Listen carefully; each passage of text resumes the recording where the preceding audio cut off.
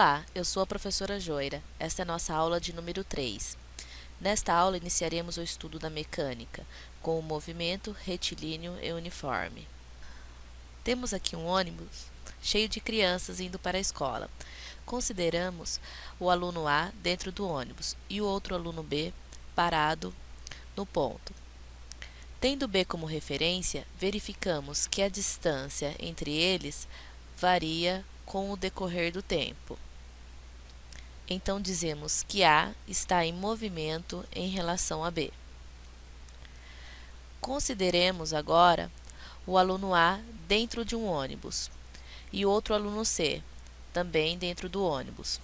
Tendo agora o aluno C como referência, verificamos que a distância entre eles não varia com o decorrer do tempo. Então, dizemos que A está em repouso em relação a C. Observamos, então, que movimento e repouso são conceitos relativos, isto é, dependem de um referencial. Um corpo está em movimento quando sua posição em relação a um referencial varia no decorrer do tempo. Um corpo está em repouso quando sua posição em relação ao referencial não varia com o decorrer do tempo. Vamos imaginar um navio realizando uma viagem do Rio de Janeiro até Portugal. Como as dimensões do navio são muito pequenas quando comparadas com a distância da viagem, ele pode ter suas dimensões desprezadas. Dizemos nesse caso que o navio é um ponto material, uma partícula ou um móvel. Agora, quando este navio chegar ao porto, suas dimensões não podem ser mais desprezadas quando comparadas ao porto. Dizemos nesse caso que o navio é um corpo extenso. Então, ponto material é todo corpo cujas dimensões são desprezíveis no estudo de um movimento. Corpo extenso é todo corpo cujas dimensões interferem no estudo de um movimento.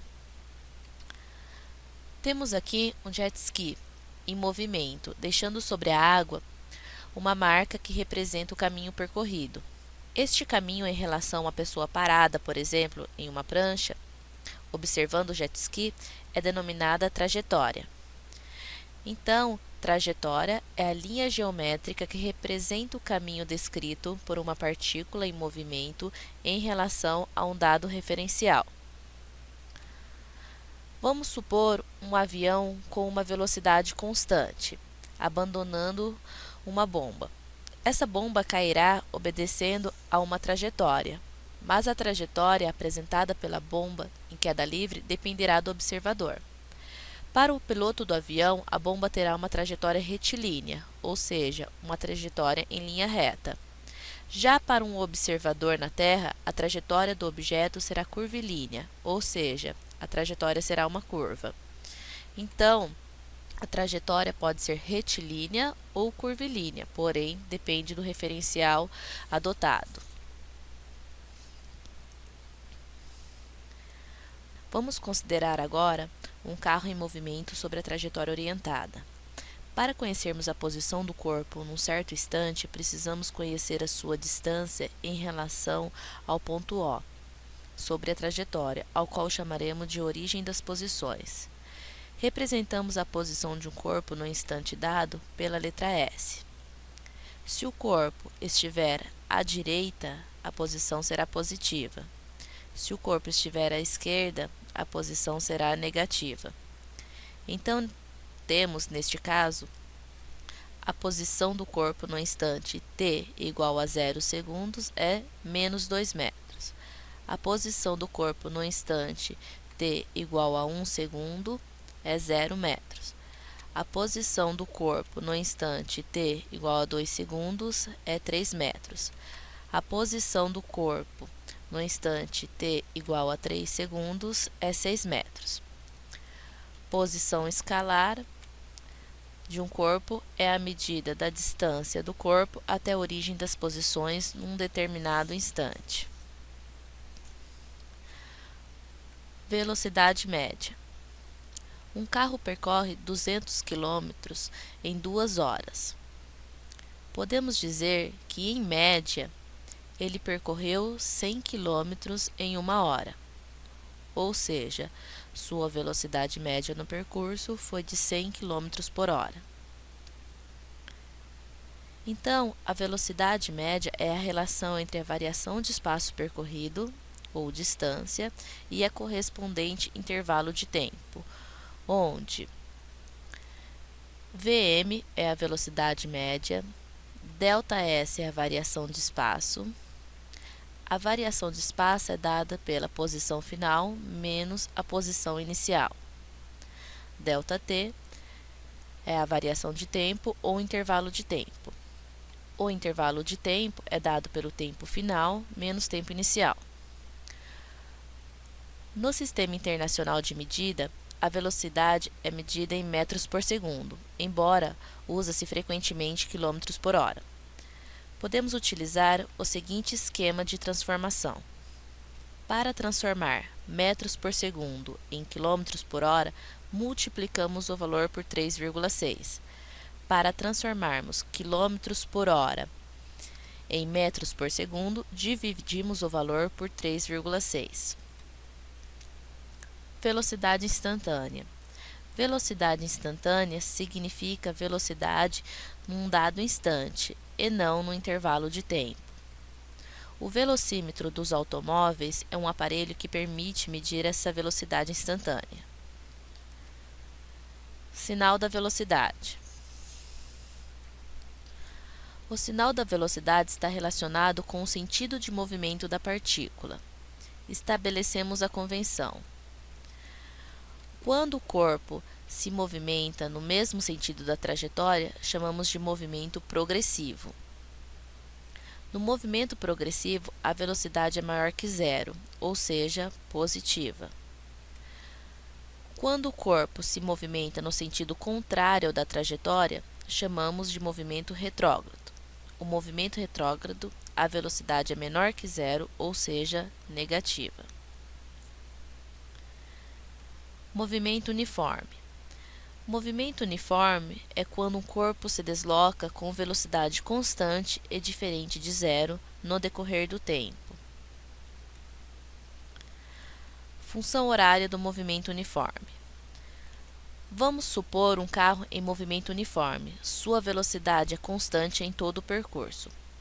Temos uma posição inicial qualquer sobre a trajetória, onde o tempo inicial é zero.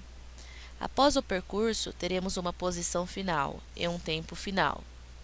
Então, já sabemos que a velocidade média é igual à velocidade instantânea no movimento uniforme. Temos a velocidade é igual à variação de espaço sobre a variação de tempo. Então, a velocidade é igual à posição final menos a posição inicial sobre o tempo final menos o tempo inicial. Nesse caso, temos que o tempo inicial é zero. Fazendo a substituição, teremos velocidade é igual à posição final menos a posição inicial sobre o tempo final menos zero.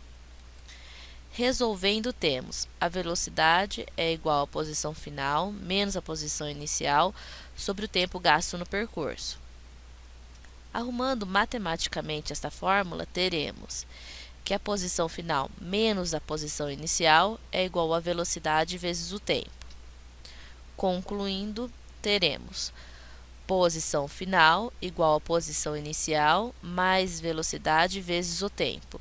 Chamamos esta fórmula matemática de função horária das posições do movimento uniforme. Um macete muito usado para decorar essa forma é a palavra sorvete. A função horária das posições de um movimento uniforme é a fórmula matemática que fornece a posição do corpo no decorrer do tempo sobre uma trajetória. Gráficos do movimento retilíneo e uniforme.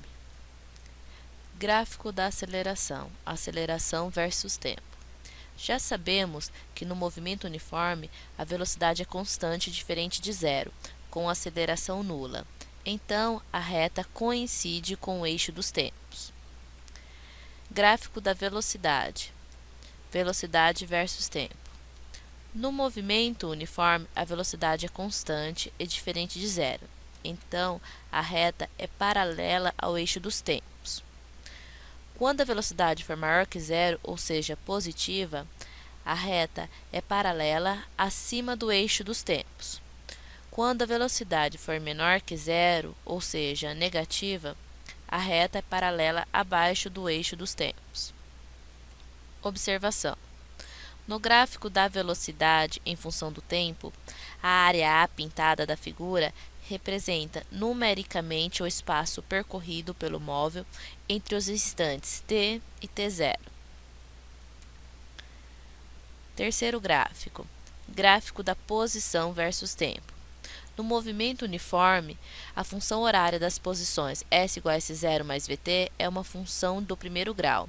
Então, a reta é inclinada em relação ao eixo dos tempos. Quando a velocidade for maior que zero, ou seja, positiva, a reta é inclinada para cima, crescente. Quando a velocidade for menor que zero, ou seja, negativa, a reta é inclinada para baixo, decrescente. Exercícios. Exercício número 1. FUVEST. Uma pessoa caminha numa pista de Cooper de 300 metros de comprimento, com velocidade média de 1,5 metros por segundo. Quantas voltas ela completará em 40 minutos? Letra A, 5 voltas. Letra B, 7,5 voltas. Letra C, 12 voltas. Letra D, 15 voltas. Letra E, 20 voltas. Primeiramente, vamos coletar os dados do exercício. A velocidade média é igual a 1,5 metros por segundo. A variação de espaço é igual a 300 metros. O exercício quer saber o número de voltas completará em 40 minutos. Sabemos que a velocidade média é igual à variação de espaço pela variação de tempo. Substituindo os valores dados para a velocidade média e variação de espaço, ficaremos com a incógnita variação de tempo. Resolvendo a equação, chegamos que a variação de tempo vale 200 segundos. Transformamos agora os 40 minutos dados em segundo. Basta multiplicarmos por 60, pois a cada minuto temos 60 segundos. Chegamos então que 40 minutos é igual a 2.400 segundos.